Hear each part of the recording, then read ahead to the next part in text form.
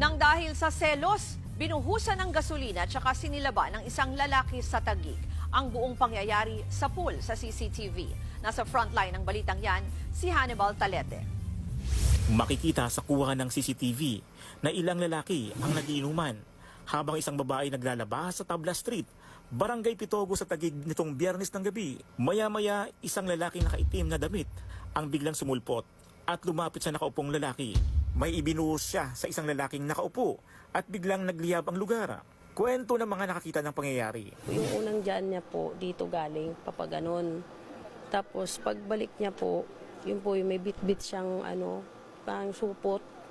Hindi po namin akalain na yung laman nun is gasolina. Pag tapat dito, bigla niyang ginanon sa kay Toto na regalo ko sa'yo. Tapos biglang sinilaban na po. Itinuturong dahilan ng panunog ng lalaki ay selos umano. Pag sabog nung gas, bigla na kami nagtumbahan lahat. Kasi pinagsisilosan siya eh. Nagtamo ng third-degree burn ang biktima, kung saan lapnos ang buong katawan. Yung mukha niya po. Dito, lapnos po. Tapos dito niya po. Sabi niya sa akin, sobrang sakit daw. Kasi dito binuhos siya, niya eh.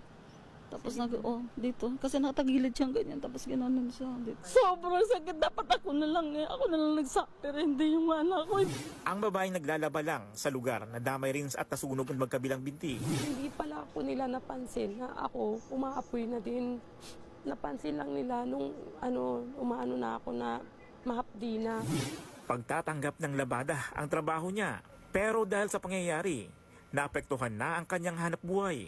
Ayon naman sa barangay, bago ang panununog, pinagbawalan na pala ng barangay ang lalaki na pumunta sa lugar. Binigyan namin siya ng 15 days na hindi siya pwedeng lumapit. Makipag-usap, makipag-text sa misis niya.